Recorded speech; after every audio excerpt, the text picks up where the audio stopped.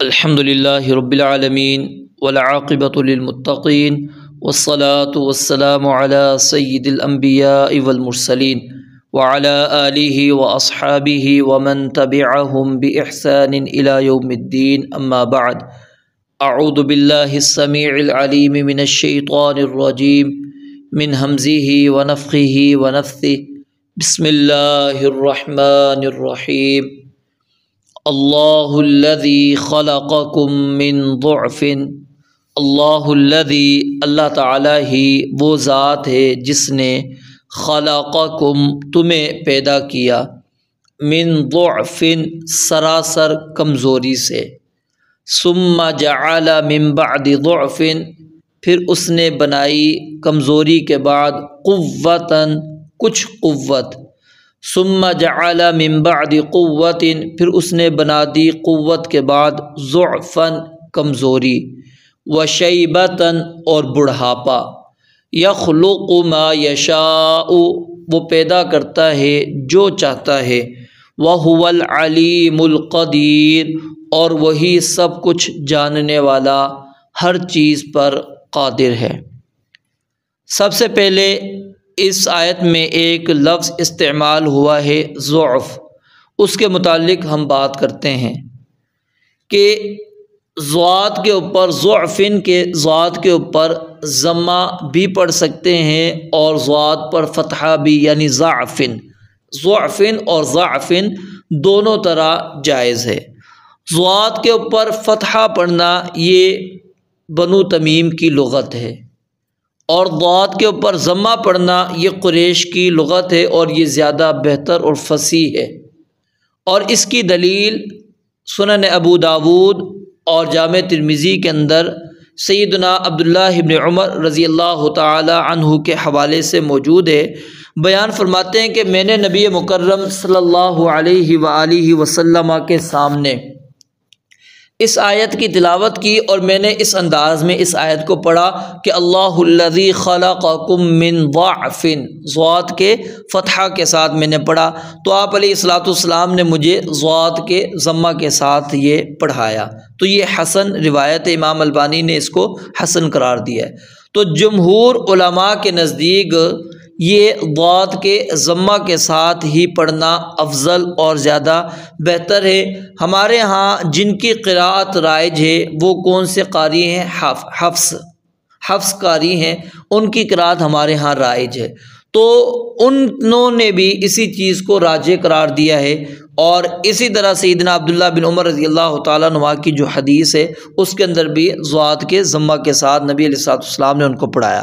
تو بہرحال جواز موجود ہے کہ اگر کوئی شخص ضاد کے فتحہ کے ساتھ پڑھتا ہے تو اس کے اندر اس کو اختیار ہے، پڑھ سکتا ہے، یہ جائز ہے، اور اگر وہ بندہ ضاد کے ضمہ کے ساتھ پڑھتا ہے تو یہ زیادہ بہتر ہے، کیونکہ ہمارے ہاں یہی قراءت زیادہ معروف ہے۔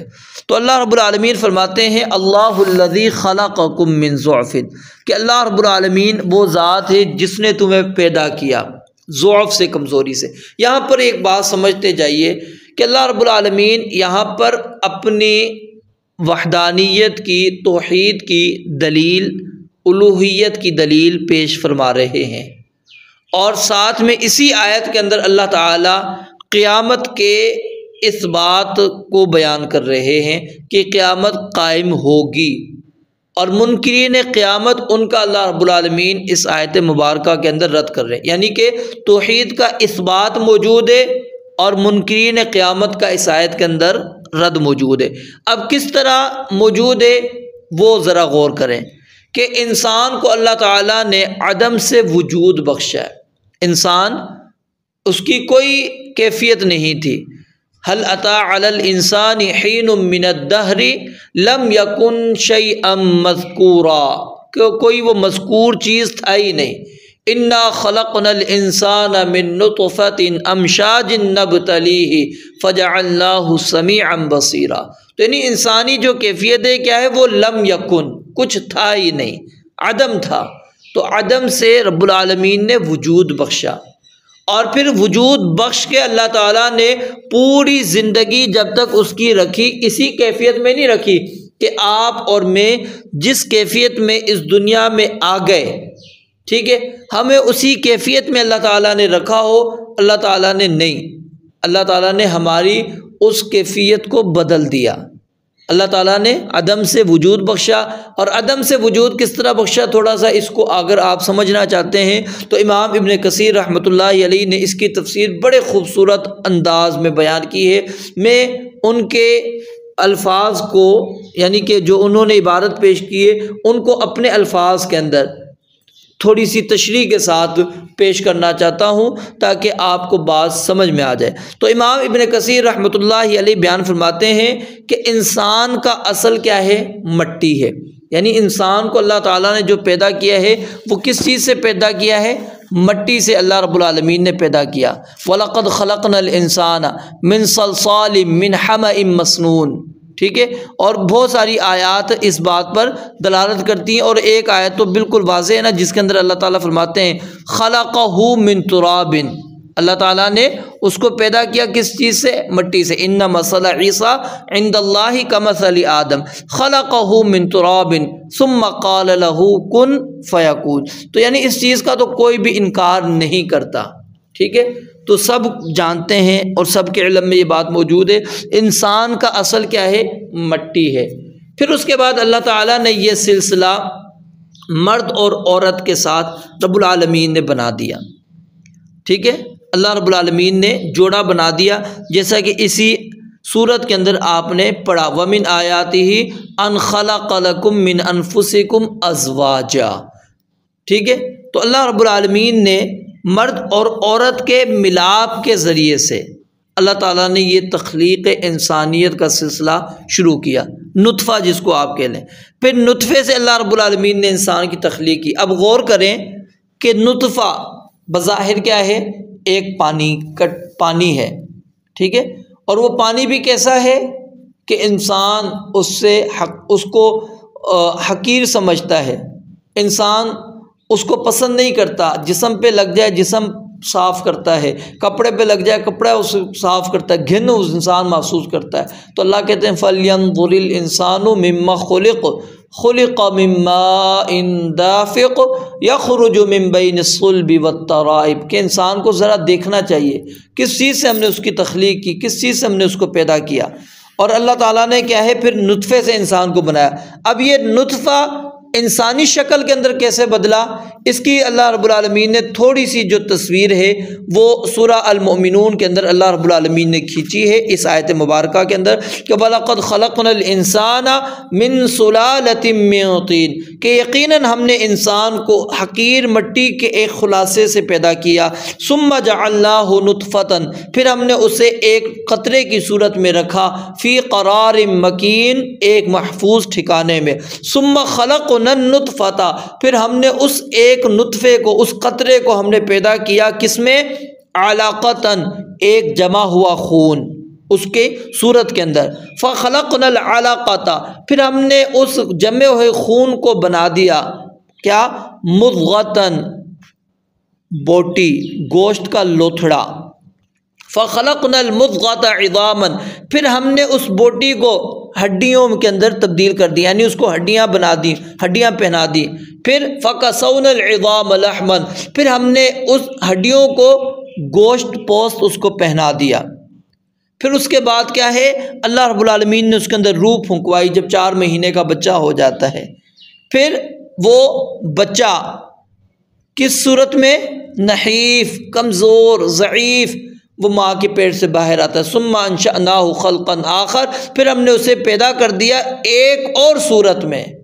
یعنی اب غور کریں، انسان نطفہ ہے، اب وہ پانی ایک خوبصورت یا ایھا الانسان ما غرک بربک الکریم الذی خلقک فسواک فعدلک فی ای صورت ما شاء رکبک لقد خلقنا الانسان فی احسن تقویم، فی احسن تقویم، بہترین صورت کے اندر اللہ رب العالمین نے اس کو بالکل درست بنا کر اس کائنات کے اندر اللہ رب العالمین نے وجود بخش دیا۔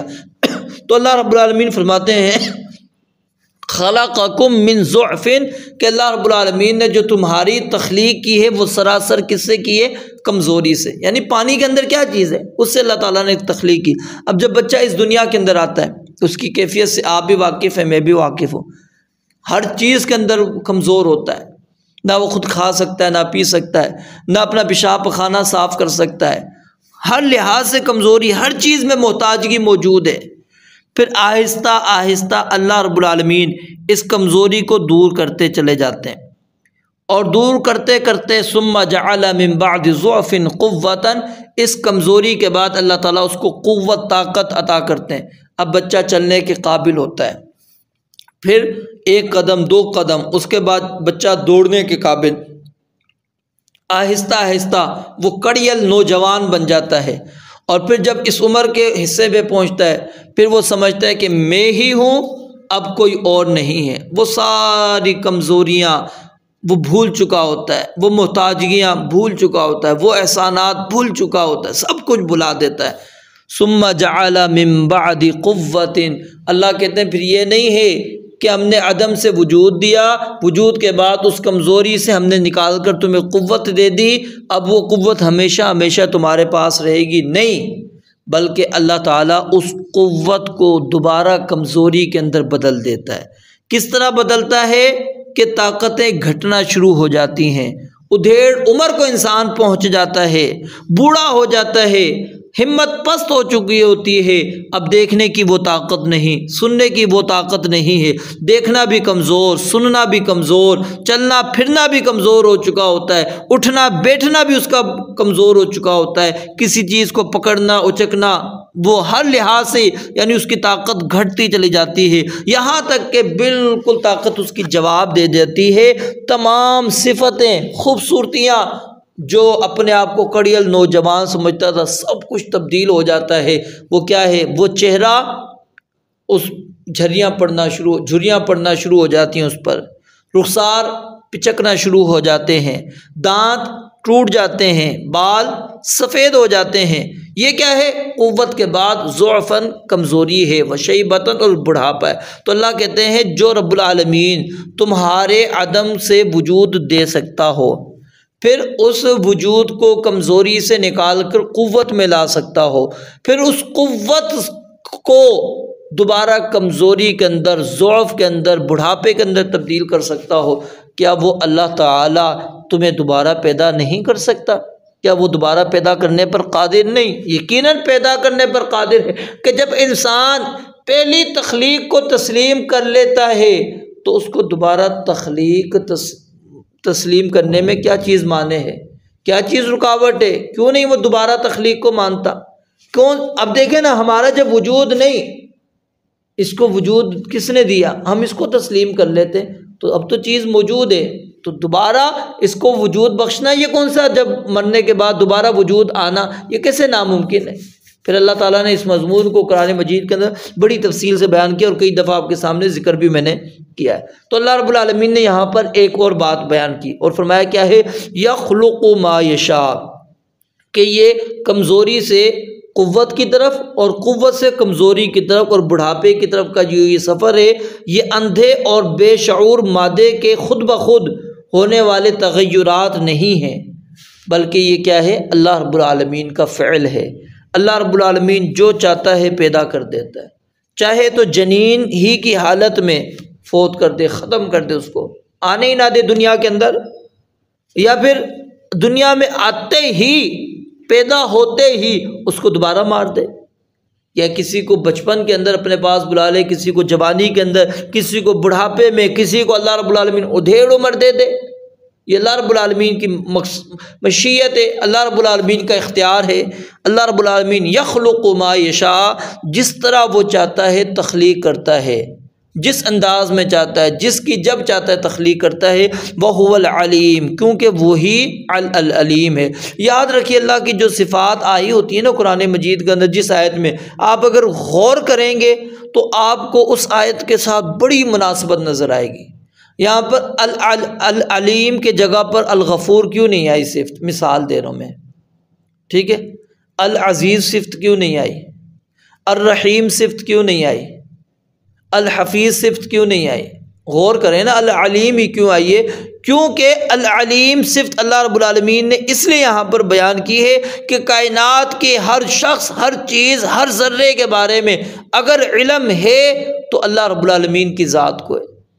اللہ کے علاوہ کوئی اور جب کائنات میں ایسی ہستی، ایسی ذات موجود ہی نہیں ہے کہ جس کو علم ہو، تو وہ کس طرح پھر پیدا کر سکتا ہے؟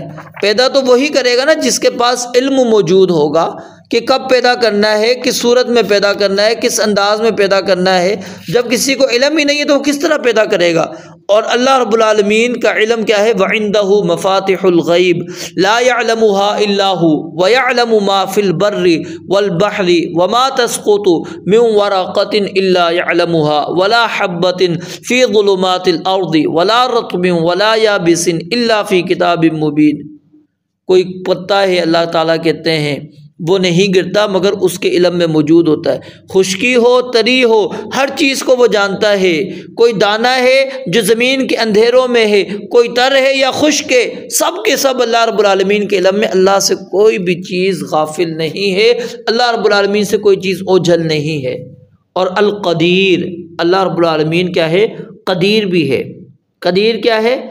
کہ جب وہ وجود اور عدم دونوں پر اس کی ہی قدرت ہے، وہ چاہتا تو عدم سے وجود ہی نہ بخشتا، اب وجود اس نے بخش دیا ہے، اس کو عدم کرے گا پھر دوبارہ وجود میں لے کر آئے گا، تو اللہ رب العالمین جب چاہے کرے۔ کون اس سے سوال کرنے والا ہے؟ کون پوچھنے والا ہے کہ رب العالمین تو نے یہ کیوں کیا؟ تو یعنی کہ یہاں پر یہ بات بالکل واضح ہو گئی کہ اللہ رب العالمین اکیلا ہی خالق ہے۔